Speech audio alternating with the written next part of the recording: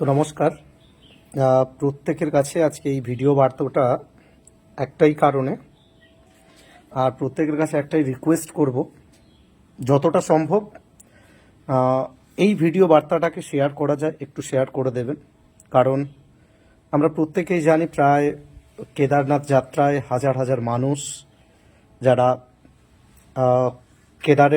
কেদারনাথের উদ্দেশ্যে রওনা দিচ্ছেন, এবং গত কয়েকদিন আগে প্রচুর পরিমাণ বৃষ্টি, প্রাকৃতিক বিপর্যয়, যে কারণে প্রাকৃতিক বিপর্যয় ঘটেছে। আর সেই প্রাকৃতিক বিপর্যয়ের ফলে আমাদের পশ্চিমবাংলার প্রচুর মানুষ, কিছু মানুষ তারা এখনও ওপরে ফেসে রয়েছেন। এবং আমরা যতটুকু আমাদের কাছে খবর আছে, আমাদের বাংলার শর্ট হ্যান্ড টেনিস ক্রিকেটের লিভিং লিজেন্ড, আমাদের প্রত্যেকের প্রিয় বিজয় সরোজ তার মধ্যে ফেসে আছেন। এবং তার সঙ্গে প্রায় যতটুকু ইনফরমেশন আছে আমাদের কাছে, বাংলার পশ্চিমবঙ্গের প্রায় 100-র বেশি মানুষ সেখানে রয়েছেন।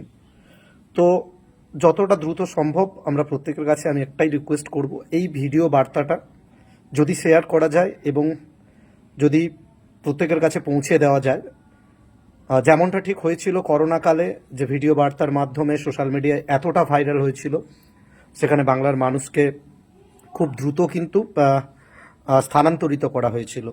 আর এই মুহূর্তে তারা মিলিটারি বেস ক্যাম্পেই রয়েছে, যেখানে সত্যিই তারা অনেকটা কষ্টের মধ্যে রয়েছে। এই ভিডিও বার্তাটা যাতে একটু শেয়ার করা যায়, প্রত্যেকের কাছে আমার পক্ষ থেকে রিকোয়েস্ট থাকবে, পশ্চিমবঙ্গের প্রত্যেকটা মানুষের কাছে, যে সমস্ত মানুষ যারা কেদারনাথে এখনও ফেসে রয়েছেন। যদিও শেষ ইনফরমেশন যেটুকু আছে, অলরেডি হেলিকপ্টার নামানোর কাজ শুরু হবে, যদি যতটা দ্রুত সম্ভব প্রাকৃতিক দুর্যোগটা কেটে যায়।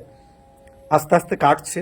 তাই প্রত্যেকের কাছে আমি একটাই রিকোয়েস্ট করব, এবং আমাদের প্রত্যেকে যারা রয়েছেন বাংলার ক্রিকেটের সঙ্গে যুক্ত, এমনকি তার বাইরেও বিজয় সরোজের মতো বহু মানুষ যারা ফেসে রয়েছেন, তারা যাতে দ্রুত নিচে নেমে আসতে পারেন, বা তাদেরকে দ্রুত যাতে নিচে নামিয়ে আনা হয়, তারা যাতে আবার পুনরায় সুস্থ স্বাভাবিক জীবনে ফিরে আসতে পারে, সেটার জন্য আমি প্রত্যেকের কাছে একটাই রিকোয়েস্ট করব, যতটুকু সম্ভব এটাকে শেয়ার করে দেওয়ার জন্য, যাতে দ্রুত প্রত্যেকের কাছে পৌঁছে যায়। এইটুকু রিকোয়েস্ট থাকলো প্রত্যেকের কাছে।